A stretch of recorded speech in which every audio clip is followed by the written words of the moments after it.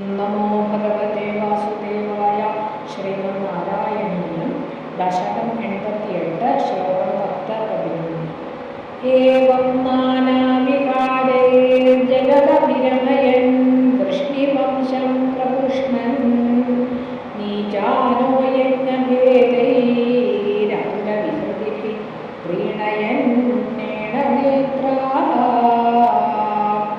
भूभारक्षेपदम्भात् पदकमलजुषां मोक्षमायावतीर्ण पूर्णं ब्रह्मैव साक्षात् विदुषु मनुजदारूषितस्त्वं व्यदासि प्रायेण द्वारवत्यामवृतदैतदा नारदस्त्वद्रसाद्रस्तस्माल्लेभे कदाचित् खलु सुहृतनिधिस्त्वत्पिता तत्त्वबोधम् भक्तानामग्रयायी स च खलु मतिमान् उत्तमस्त्वत्त एव प्राप्तो विज्ञानसारम् स किल जनहितायातुनास्ते बदर्याम् एवं नानाविहारैः जगत् अभिरमयन् वृष्णिवंशं प्रपुष्णन् ईजानः यज्ञभेदैः अतुलविहृतिभिः प्रीणयन् येन नेत्राः भूभारक्षेपदम्बात् पदकमलजुषां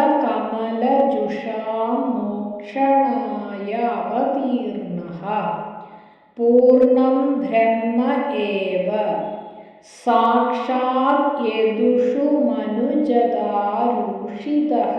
त्वं व्यलासीः प्रायेण द्वारवत्याम् आवृतदयि तदा नारदः त्वत् रसार्द्रः तस्मात् लेभे कदाचित् खलु सुकृतनिधित्वत् पिता तत्त्वबोधं भक्तानाम् अग्रयायी सः च खलु मतिमान् उद्धवः त्वत्त एव प्राप्तः विज्ञानसारं सः किल जनहिताय अधुना आस्ते बदर्यां പദങ്ങൾ.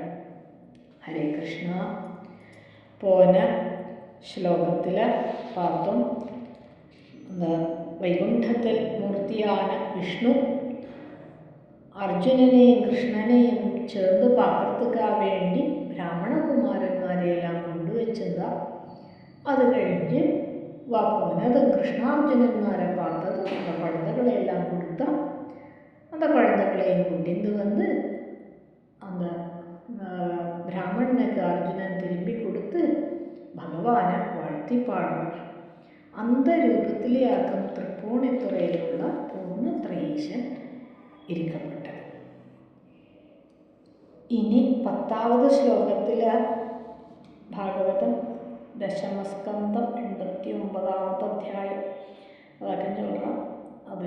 അതിലേതുള്ളത് ഭാഗവതം ചൊല്ലുന്നതോടെ ദശമസ്കന്ധത്തെ പൂർത്തീകരിക്കാറുള്ളൊരു ശ്ലോകത്തോടെ ഭട്ടതിരി ഭൂഭാരക്ഷേപദംഭാത് ഭൂമിക്ക് ഭാരമായി തീർന്നിരുന്ന ദുഷ്ടന്മാരെ എല്ലാവരെയും നിഗ്രഹിച്ച ദുഷ്ട നിഗ്രഹണം ശിഷ്ട പരിപാലനം അതാകും കൃഷ്ണ അവതാരത്തോട് ഈ പദകമലജുഷാം മോക്ഷണായ അവതീർണ അപ്പടി ദുഷ്ടനിഗ്രഹണം എന്നുള്ള വ്യാജേന തന്നോട് പാതാളവിദഗ്ധങ്ങളെ ആരെല്ലാം ആശ്രയിച്ചാളോ അവൾക്കെല്ലാം പൂർണ്ണം ബ്രഹ്മ ഏവത്വം അവൾക്കെല്ലാം മോക്ഷം കൊടുക്കത്തക്കനെയുള്ള പൂർണ്ണ ബ്രഹ്മമായിരിക്കും കൃഷ്ണൻ. അപ്പം ദുഷ്ടന്മാരായി പോപ്പെട്ടവാളെല്ലാം അവൾക്ക് മോക്ഷം എപ്പിടി ഭഗവാനെ പാത്തന്തേ മരണമാവർത്തേ എന്ന കടശീല എന്നത്തെ പാത്തന്ത് എന്നത്തെ സ്മരിച്ചത് പോറാളോ അവൾക്ക് ശിഷ്ടന്മാർ ഭക്തന്മാർക്കെല്ലാം അപ്പടി മോക്ഷം. ചുരുക്കം തന്നെ എല്ലാവർക്കും മോക്ഷം കൊടുത്താൽ. ഏവം നാനാവിഹാരൈഹി ജഗത് അഭിരമയൻ, இந்த மாதிரி അനേകം ലീലകളാടി ലോകത്തിലെ എല്ലാരെയും ആനന്ദിപ്പിച്ചത്, സന്തോഷപ്പെടുത്തിയത് വൃഷ്ണിവംശം പ്രപുഷ്ണൻ, യാദവകുലത്തെ അഭിവൃദ്ധിച്ചാര. യാദവകുലം ചൊല്ലിക്കഴിഞ്ഞാൽ തന്നെ ഇപ്പോൾ അത്ര ഒരു വലിയ ഭഗവാനോട് ഫാമിലി മാത്രം பார்த்தாலே 16,008 പത്നിമാർ. ഒവ്വൊരു പത്നിക്കും 10 കുഴന്തകൾ, ഒരു 10 പിള്ളയും ഒരു പെണ്ണും. ഇന്ന പൊങ്കളെല്ലാം കല്യാണം பண்ணி വേറെടുത്ത് കനിപ്പിന. ഇന്ന പിള്ളകൾക്കെല്ലാം വേറെടുത്തിലേന്ന് കല്യാണം பண்ணி കൊണ്ടുവന്ന അവളോട് പേരെ കുട്ടികൾ ഇത്രയായിരിക്കും. അപ്പോൾ അത് അന്ത ഭാഗവത്തിൽ ഒരിടത്തിൽ കണക്ക് ചൊല്ലുക, അങ്ങ ഉള്ള ടീച്ചേഴ്സോടെ എണ്ണം ചൊല്ലുക. അപ്പം എത്ര കുട്ടികളായിരിക്കും എന്നുള്ള രീതിയിൽ അപ്പടി അന്ത യദുകുലം അതേമാതിരി ബാക്കിയുള്ള വാളം എല്ലാവരും വെച്ചത് അപ്പടി അഭിവൃദ്ധി ഒരേ നല്ല രീതിയിൽ എല്ലാവരും ഇരിക്കാം. അതുകൂടാതെ യജ്ഞഭേദൈഹി ഈജാനഹ, അശ്വമേധ തുടങ്ങിയ യാഗങ്ങളെല്ലാം അനുഷ്ഠിക്കാൻ അതുല വിഹൃതിഭിഹി ഏണനേത്രാഹ പ്രീണയൻ, തന്നോടത് 16,008 പത്നിമാരെയും സന്തോഷിപ്പിക്കാറ്. ഏണനേത്രാഹ മാൻ കണ്ണുള്ള പത്നിമാരെയും എന്നുവെച്ചാൽ അവളെല്ലാവരും അവളോടെന്താ രൂപത്തിക്കല്ല, അങ്ങ് അവളോട് മനസ്സാകപ്പെട്ട കണ്ണിനു കണ്ണു മനസ്സാകുന്ന കണ്ണതിനു കണ്ണായി നിന്ന പൊരുൾ നാരായണായ നമ. എന്താ ഉള്ളിരിക്കപ്പെട്ട ഈശ്വരതത്വமான அந்த ഭഗവത് രൂപത്തവ സദാ പാത്തുന്നിരുന്ന അപ്പടിയുള്ള വാൾക്കെല്ലാം സന്തോഷം കിടച്ചത്. യദുഷു മനുജതാരൂഷിത സാക്ഷാത് വ്യലാസീഹി, അത് യദുവംശത്തില് മനുഷ്യത്വത്തോട് ഒരു പുറംപോക്ക് കാട്ടിയത്, ഒരു പുറം മൂടി. അതിനകത്ത് ഒരു നാട്യം, നേരത്തെ നമ്മൾ ഇതിൽ നരസിംഹാവതാരത്തിൽ ചൊല്ലുമേവം നാടിത, ഒരു നാടകന്മാരി നടിച്ചെന്ന് പറയാറില്ല നരസിംഹം. ഗർജിക്കാർ, ബാക്കി എല്ലാവരും ഭയപ്പെടുക. പ്രഹ്ലാദനക്ക് മാത്രം ഭയമൊന്നും തോന്നാറതില്ലേ. പ്രഹ്ലാദനക്ക് ഭഗവാൻ വേഷം കൊട്ടുന്നു വന്നിരിക്കപ്പെട്ടതല്ല.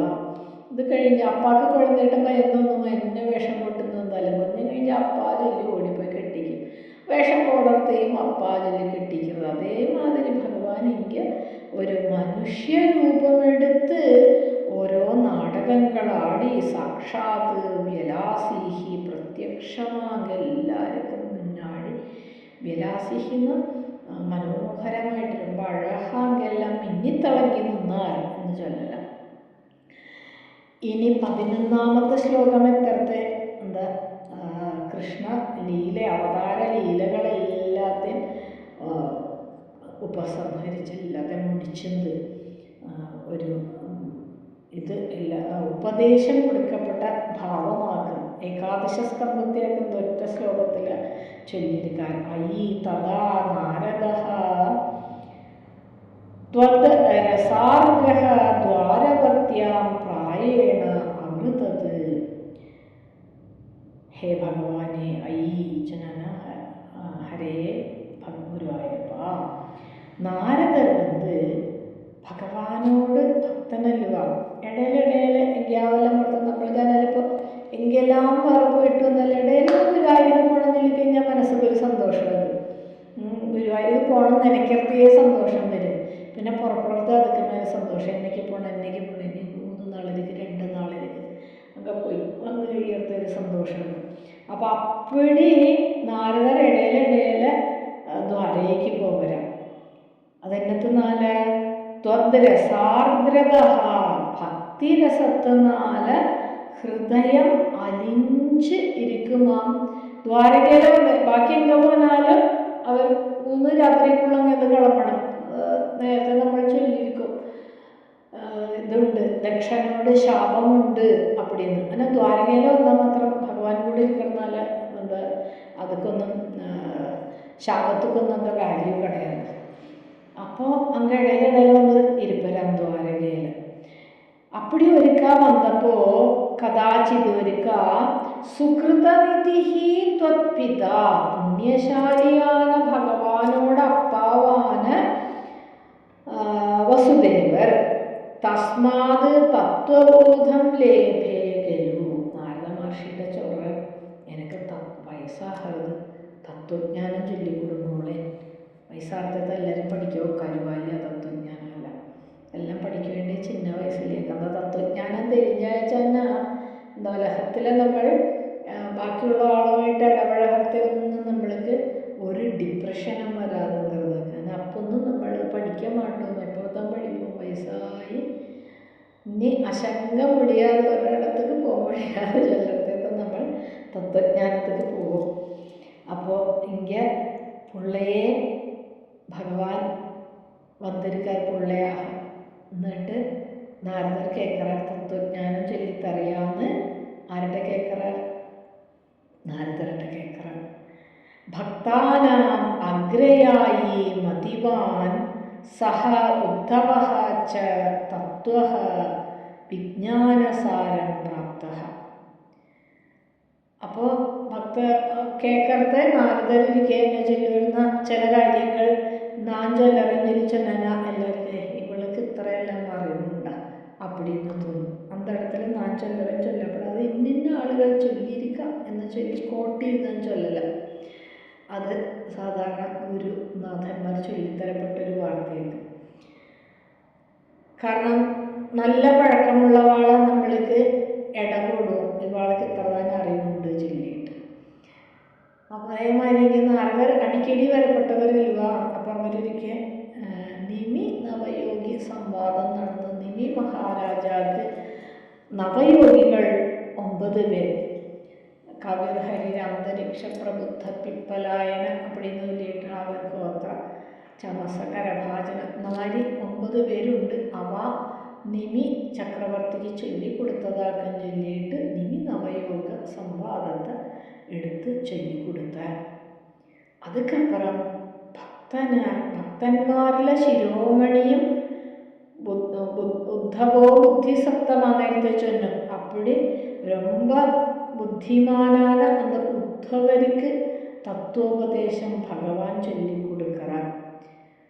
அந்த விஞ்ஞான ரகசியம் என்னதுங்கிறது உத்தவரும் தெரிஞ்சிருந்தார். சஹ ஜனஹிதாய அதுனா பதர்யாம் ஆஸ்தே கில. அப்படி அந்த தத்துவஞானத்தை தெரிஞ்சிருந்த உத்தவர் இப்போதும் பதரிகாசிரமத்தில் இருக்காருங்கிறதாக்கும் சொல்லலாம். அந்த பதரிகாசிரமத்தில் பகவான் யோக நிலையிலிருக்கார். 6 മാസം ദേവപൂജை, 6 മാസം മനുഷ്യ പൂജை. அந்த മനുഷ്യ അങ്ങേത് ഇറങ്ങി ജോഷിമഠ് വരയ്ക്കും വരിക. വന്ന സമയത്തിൽ അങ്ങ് നാരദരോട് പൂജയാക്കും. പിന്നുള്ള 6 മാസത്തേക്ക് அந்த 6 മാസത്തിൽ അപ്പടി ഒരു കുളിരിരിക്കും. അങ്ങേത് കിളമ്പി വരത്തെ ദീപാവലി കഴിച്ച് അടുത്ത നാളേക്ക് കിളമ്പി വരിക. അത് കഴിഞ്ഞാൽ കുളിർ ആരംഭിക്കും. സാധാരണ നെയ്യെല്ലാം നമ്മൾ വെച്ചയച്ചെന്നാകും, ഉറഞ്ചു പോകും. അപ്പോൾ വിളക്കിരിയാതെ ഇങ്ങനെ ദീപാവലി കഴിഞ്ഞ് എത്തി വയ്ക്കപ്പെട്ട വിളക്ക് അടുത്ത അക്ഷയ തൃതീയയ്ക്ക് പോയി തിരുമ്പി പോവാം ജോഷിമഠിലേത്. അപ്പോൾ അന്ന് വിളക്ക് എരിഞ്ഞിരിക്കും.